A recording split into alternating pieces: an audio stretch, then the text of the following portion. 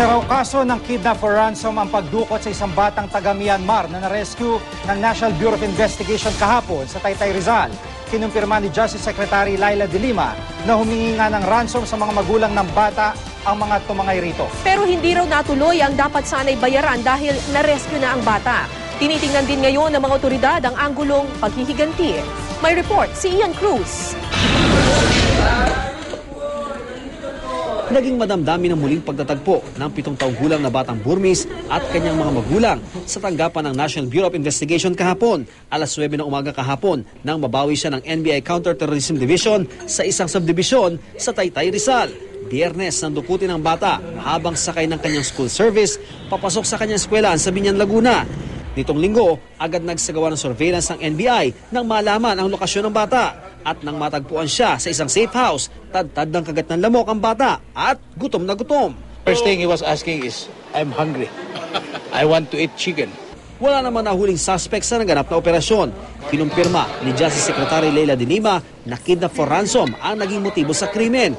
Pero hindi raw natuloy ang bayaran dahil nailigtas ang bata.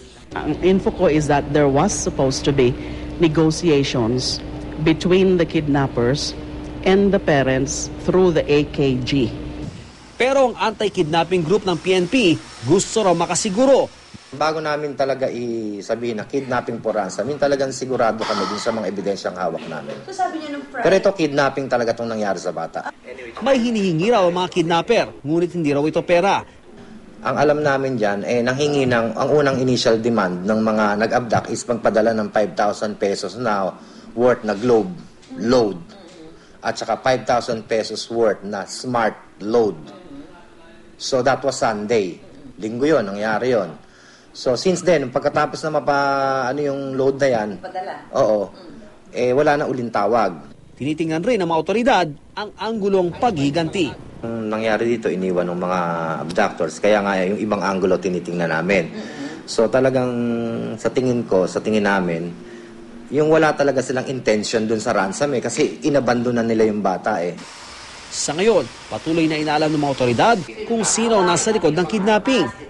Inaantabayanan din ng PNP ang buong report ng NBI tungkol sa rescue operation para makatulong sa kanilang investigasyon. Ian Cruz, GMA News.